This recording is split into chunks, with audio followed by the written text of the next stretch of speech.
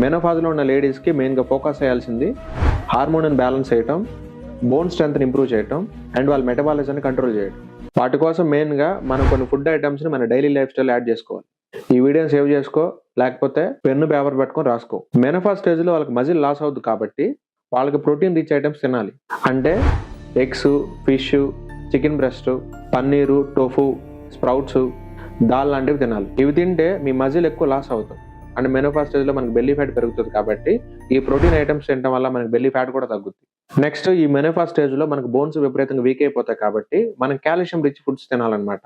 దానికోసం milk, card, paneer, నువ్వులు, almonds, రాగులు లాంటివి తిని రోజుకు 1 గంట ఎండలో నడవండి. నెక్స్ట్, వాళ్ళ హార్మోన్స్ బ్యాలెన్స్ చేయడం కోసం హెల్దీ ఫ్యాట్స్ ఎక్కువ తీసుకోవాలి. దానికోసం all type of dry nuts, all type of dry seeds తీసుకోండి.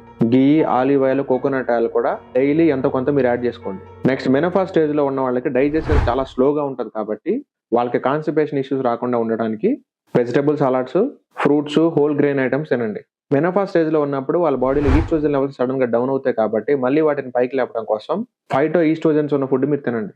అంటే టోఫు కానీ, సోయా మిల్క్ కానీ, సోయా చంక్స్ కానీ, ఫ్లాక్స్ సీడ్స్, లెగ్యూమ్స్ లాంటివి మీరు తీసుకోవాలి. ఇలా చేస్తే మీరు మెనోపాజ్ స్టేజ్ లో ఉన్నప్పుడు వచ్చిన సైడ్ ఎఫెక్ట్స్ ని ఆల్మోస్ట్ మీరు అవాయిడ్ చేయొచ్చు. ఇవన్నీ నాతోని కాదు, నేను ఉదయాన్ని ఇడ్లీ తింటా, మధ్యాహ్నం పూట అన్నం తింటా, రాత్రికి 2 చపాతీలు తింటాను అనుకుంటే నీ వృద్ధాప్యం అత్యంత భయంకరంగా ఉండబోతుంది. I'm just giving you bloody damn warning. Be careful.